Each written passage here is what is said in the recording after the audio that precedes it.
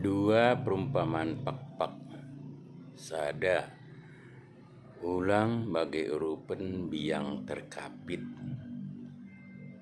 Dua ulang bagai perbuah ringadar. Ulang bagai urupen biang terkapit. Bahasa Indonesianya kira-kira jangan seperti menolong anjing terjepit. Ya. Jadi arti perumpamaan ini adalah dikatakan kepada orang yang tidak tahu diri. Sudah ditolong tapi tidak berterima kasih. Seperti layaknya anjing terjepit, kalau kita tolong bisa kemudian malah kita digigitnya karena dia tidak mengerti bahwa kita tolong. Jadi sebaiknya manusia yang punya akal, ya, yang punya perasaan, yang punya hati tidak demikian. Tahu dirilah kalau udah ditolong, minimal ucapkan terima kasih. Bukan harus membantu atau membalas pertolongannya. Yang kedua tadi, ulang bagai perbuah ringadar.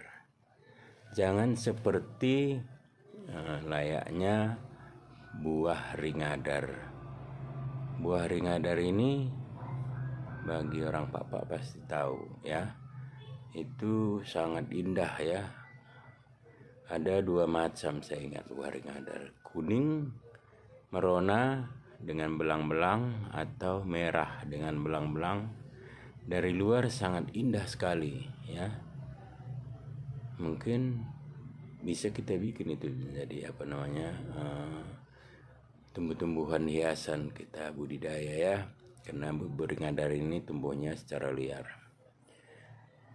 Tapi kalau setelah kita potong, kita belah, rupanya di dalamnya racun, ya. Kalau tidak diolah sedemikian rupa, ya, malah berbau, ya. Jadi itu dikatakan kepada seseorang yang manis di luar tapi dalam hatinya sangat tidak baik, atau dia sangat tidak sesuai dengan apa yang dikatakan dengan apa yang dilakukan.